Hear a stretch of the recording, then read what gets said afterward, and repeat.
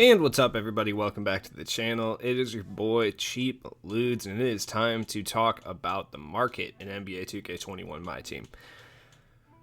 Market's weird. I mean, realistically, it's super weird, and it's not like every weekend packs come out and the market kind of fluctuates. It either crashes or explodes in the amount that you can make. This week's kind of weird. So limited is definitely causing like some sort of market issue, but it's kind of a weird one. Like, guards aren't really going for very much MT. Pretty much every guard that's come out over the past, 3-4 months has had over 90 speed. So even the budget guys are usable at this point, and we're at the point in the year where like every single card that we're getting is usable, and it makes tier lists kind of interesting. It's basically just like personal preference for the most part as far as tier lists.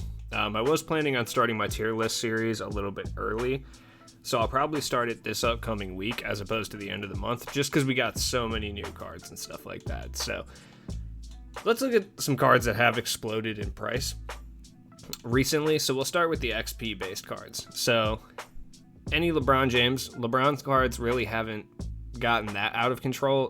We have seen a price increase in the Inferno LeBron, which I'll talk about, just because you have to get a triple double with any LeBron James, and like that's obviously one of the easiest cards to do it. That's within like the realm of possibility for most players MT wise.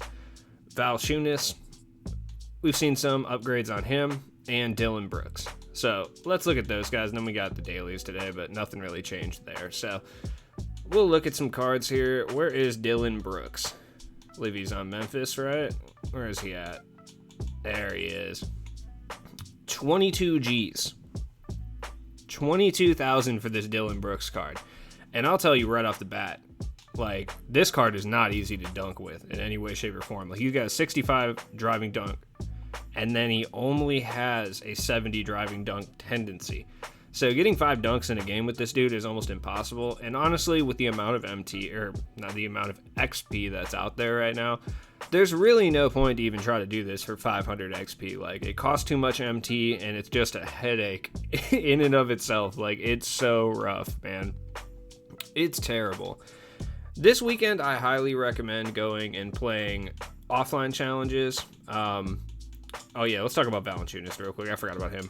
This Valanciunas card is fine. Most people have, at least the most people that are going to attempt this challenge have already completed it, or they have the Amethyst reward card that we got a couple seasons ago. And honestly, you can get a little bit over market value for a standard Valanciunas. You can get 1,000. You can get one for 950. This is a very doable challenge though, so definitely worth going for. And I mean, we're seeing like a little bit of an increase in LeBron cards, but not much. Like, this LeBron's relatively cheap, and I mean, you can get it done with him just fine. It's just that triple doubles is not worth it, man. Like, it's not. It's not at all. So because of limited, we're seeing an increase in certain cards, especially big men. It's certainly big men, because you have to use a power forward or a center. Like I said in my limited tips video, if you haven't checked that out, go check that out. You shouldn't be using an actual small forward in the small forward slot. I would recommend running a shooting guard / small forward, someone bigger like Jaylen Brown, or if you want to go super budget, like Michael Bridges is good. But if we're looking at guys that have under 80 speed that you can use, I've run into a few Tim Duncans, and his price is up a little bit. You can get about 15 G's for him, which, I mean, if you already had him, this is about the highest price you're going to get for this Tim Duncan for the rest of the year. Like, no joke. So I would sell him now and get that 15 G's.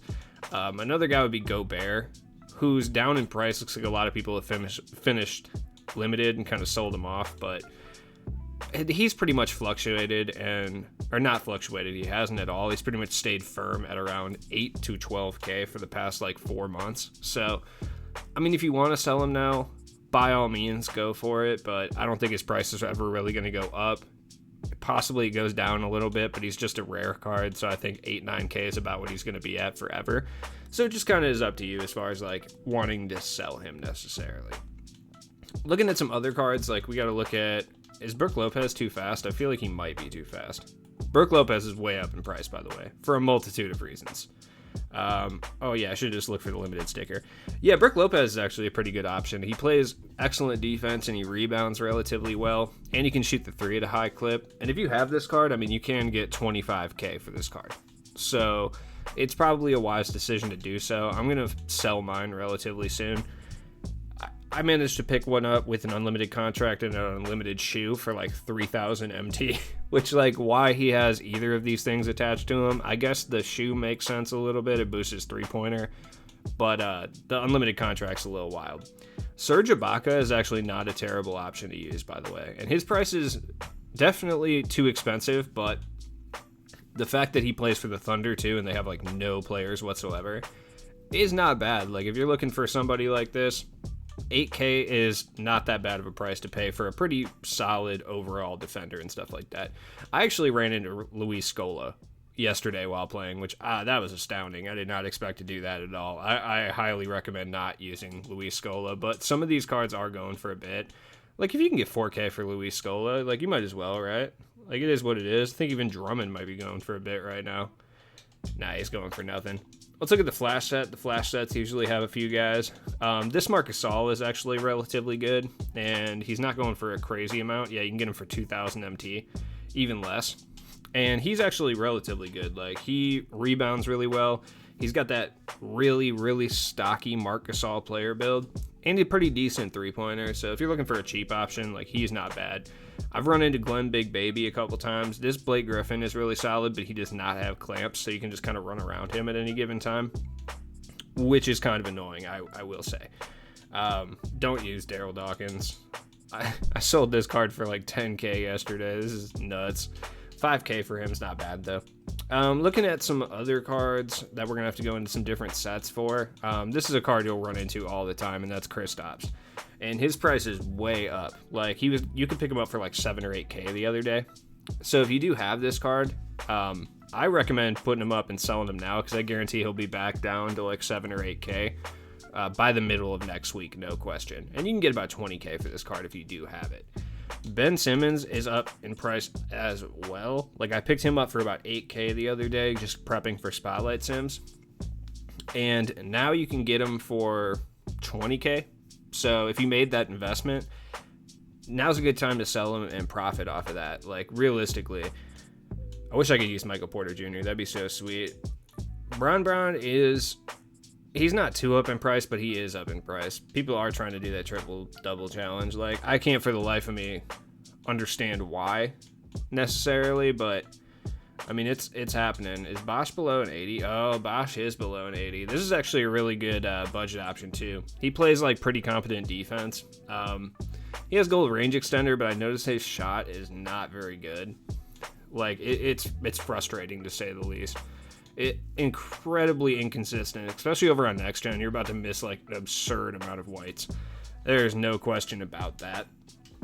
Looking at some other guys, where is the second idol set? Because there's a couple guys that are like very good that people don't talk about. Sullinger, number 1, playing at the power forward. Even at a amethyst level, like, you can definitely get away with this dude, and you can get him for absolutely nothing. Where's my other boy at? Is he an idols card? I can't even remember. He might be a flash card. Where's Bargiani? Bargiani's a beast, dude. Like, Bargiani's good. Like, he's 7 foot tall. He can shoot the lights out. You can put clamps on him if you want, which I highly recommend doing, by the way. But he's good. He's got Hall of Fame Intimidator, like deep threes, set shooter, sniper. Obviously on current gen, he's got like range extender and flexible on Hoff and stuff like that. He does need some badge additions for sure. Like, if you can give him clamps, if you can give him defensive leader, like stuff like that are definitely necessary. I don't really think quick first stepper blinders are totally necessary for him. He's not going to be your main offensive option, so. But you can pick him up for relatively cheap. I mean, comparatively, like, he shouldn't be this cheap for how much better he is than some of the other center options I've talked about. Like, he's better than Gobert for sure, and he's cheaper. Gobert's better defensively, but Bargiani can stroke, man. All right, so looking at some other general cards that came out this weekend, because I didn't want to talk about some of those. The Invincible guys. Where's James Harden? James Harden is not worth this price. I can tell you that right now. Like, he's good. Do not get me wrong. Like, you know, if I did a shooting guard tier list, like, obviously he'd be, if not S tier, he'd be upper A tier, just because you can't, at this stage in the game, put a card that has 99 in every single stat any lower than A tier. Like, it's just not possible. And if you watch a tier list where somebody does that, that's just biased. Like, I'm not a huge James Harden fan. I don't really like him, but I can't argue with the fact that dude has 99 in every single stat and 60 plus Hoff badges. Like, he's an absolute monster, especially at the point guard position. But is he worth 1 million plus MT? No, absolutely not. Like, 0% he's worth this price. He's not. Like, production wise, granted he is an elite top tier shooting guard / point guard in this game. If we're talking about for value purposes, like, no, absolutely not. He's not worth this price. I mean, you can get guys that are just as effective or, you know, obviously less effective, but to a certain extent similar for significantly less. Like, a good example of that would be like Lonzo Ball. Like, I prefer to run Lonzo Ball at the point guard than I would this James Harden card just because I like Lonzo a lot. You can get him for 70K. Same with Tim Duncan. I will say the Tim Duncan slander that I've been seeing is a little crazy. Like, people slander this card. I've heard a lot of people say it's not worth it, which it's not worth the price. That's for certain. But I have to say that this card is actually really good, and if you can get his jump shot timing down, you're going to have fun with the card. All the Invincible cards are down in price right now, though. And, I mean, it's not going to stay that way. You're still spending 1 million MT. It's not worth it. But if you have any of them, I would wait till the middle of next week to sell, just because you're not going to get the proper value. Allen Iverson, he's still going for this price? That's crazy. What an unflattering picture they chose for him, man. All right, looking at the Flash set in general that we just received. I've been playing around with Paul George, and I don't really know what they did to his jump shot, because it is a little different. And maybe it's just because Paul George base on very quick. Because I've always, if you guys have watched my channel, like, I've never been that much of a Paul George stan in relation to 2K. Like, everyone always hypes Paul George and Paul George base, and I've never really been like a staunch defender of it. I'm just like, yeah, if you like it, you like it. If not, whatever. And I've never been incredibly green with him. But this card is different, man. Like, I green shots on next gen so much with this card. I think there's not a card in the game that I green more with. Maybe James Worthy. Like, James Worthy is a beast. Now, that being said, Paul George is not worth 300K, and I'll tell you why. If you plan on doing the spotlight sims, you're getting a shooting guard / small forward, or, you know, vice versa, that is literally as good as Paul George for absolutely free. Like, Jimmy Butler is the exact same as Paul George. Obviously, the jump shot's different, so it's really going to come down to what jumper you prefer. But stats and badges wise, they're identical almost. Size wise, they're basically identical as well. What they bring to your team is identical. It's just a 3-and-D wing. That's all I got to say about that. Like, if you're grinding the spotlight sims anyway, don't go spend 300K for Paul George, because Jimmy Butler's just as good. There's no question about it. James Wiseman. This card has been churned through the hype machine, man. And yeah, dude, James Wiseman cards are good, especially when they can shoot threes. When they can shoot threes, like, James Wiseman's just an improved Bull at that point. And there's no way I can really argue that this card is fire. But there is no reason, and I mean it, there's no reason to pay 200K for this James Wiseman card. Like, there's not. Especially because the majority of the people I've seen pick this card up don't even play him at center. They play him at power forward. Which, like, dude, he's got a great jump shot. Yeah. But he has an 88 three-pointer, which is very usable. Don't get me wrong. You know I'm not like a stat hawk like that. Like, if cards are good, it's good regardless of stats. Like, I promise ball handle doesn't even matter anymore. I swear it doesn't do anything. But it's just not worth paying this much MT for this card. Like, it's not. Like, especially if you're going to play him at the power forward. If you're going to play him at the power forward, then no. If you plan on playing him for center, I mean, yeah, if you want a cheesy lineup and run him and Bull next to each other, I guess. I'm not going to tell you what to do with your MT, just because if you're a James Wiseman fan, or you want to play with this card because you like Curry base and you want a Curry slide around, like, by all means, for sure. But I just wanted to say that for people who don't rely heavily on Curry slide and play a different type of basketball, just because a bunch of YouTubers said this card is good does not mean you should go pick it up. Definitely worth kind of watching out for that. for sure. Because, like, I'm not picking this card up. Definitely not for this price. Like, it's absurd. Now, this card, on the other hand, Jaylen Brown, he is a monster. Honestly, so is Michael Bridges. Like, both of these cards are very similar. I personally think Jaylen Brown is slightly better, but obviously that's just because he's a higher gem tier and his stats are a little bit better. Badge-wise, they're almost identical, but this Jaylen Brown card moves really well. His jump shot is nice. He locks people down. And I could say everything about Jaylen Brown. Same for Michael Bridges. Like, you can pick this dude up for 6K, and I promise you it's the best 6K that you will spend. Like, he's huge. He's got a long wingspan. He's big. Like, 94 three-pointer, 90 driving dunk, 86 ball handle, like 98 steal. He locks people down. He's got good tendencies. Like, this is a god-tier budget card, no question about it. Robert Reed's actually really good. He's a beast. I've been playing around with him too, just doing spotlight sims and stuff, and I'm actually a big fan of this card, surprisingly, because I usually do not like Robert Reed cards in game. They usually mess with him a lot, but this time they let him shoot the three, gave him a pretty good jump shot. All things considered, super solid budget card. Definitely someone I'll run if we're forced to do like an all diamond team limited run next week or something. I'm definitely running Robert Reed. Chuma Okeke. First off, he's got an excellent badge count. For an Amethyst to have 29 Hoffs and 24 gold is stupid. I can only hope we get a Zochi soon. Like, that's all I gotta say about that. He's good. I mean, you know, whatever. Nothing, like, out of this world, but he's good. Kristaps, I gotta say, I once again do not think he's worth this price point. I really don't. He's good. He's very good, but this is probably the last, like, standard glitch card we'll get for the rest of the year. And when I say that, I mean, like, there's nothing particularly glitched about this card. Like, stats-wise, he's immaculate. But at the same time, like, he just kind of looks stat-wise like every Dark Matter that we get. Every card is basically glitched at this point, so I don't really know. Oh, okay. Well, my game crashed. That's fine. Anyways, it has been your boy, Cheap Ludes. But yes, Kristaps is not worth the price of admission.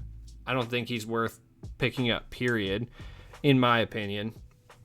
Like I said, every card at this point is glitched to a certain extent. Like, every stat is ridiculous. Like, everything is over 85 at the absolute lowest for majority of stats. So I think Kristaps is the last standard traditional glitch card that we will get, being that they play their normal position. There's nothing crazy about it. I think from this point on, every time we get glitch cards, they're going to either be A, different positions or out of position cards, or B, they're going to have different SIGs attached to them. And I mean, like, they're going to start tweaking jump shots and stuff here pretty soon. Like, that's definitely something we could see.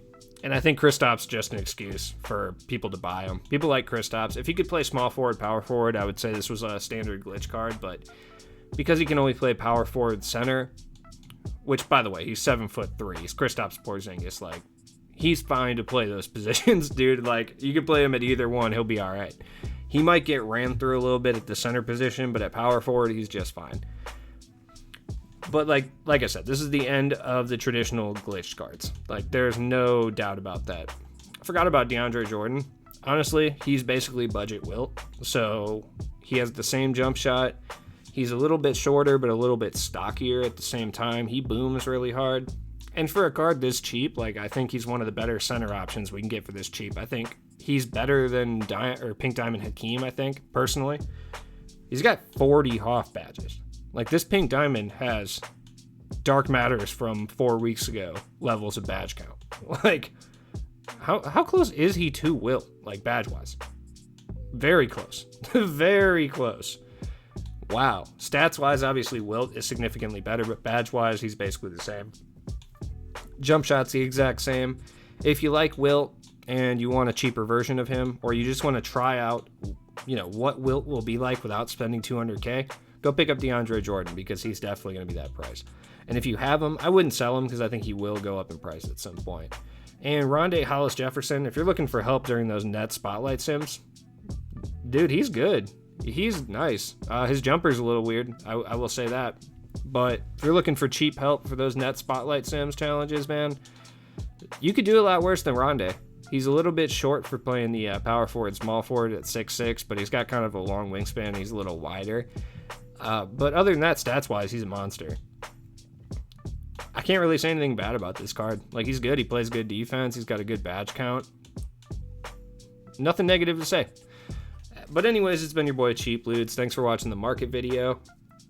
I will be back with more stuff later. Stuff's been crazy at my house right now, so I haven't had time to really like upload. A little behind the curtain context here. My AC broke, and it's like in the 90s here, so just recording videos is like not tight. But I am going to start recording some more stuff, but I appreciate all you guys. Check me out later. Peace.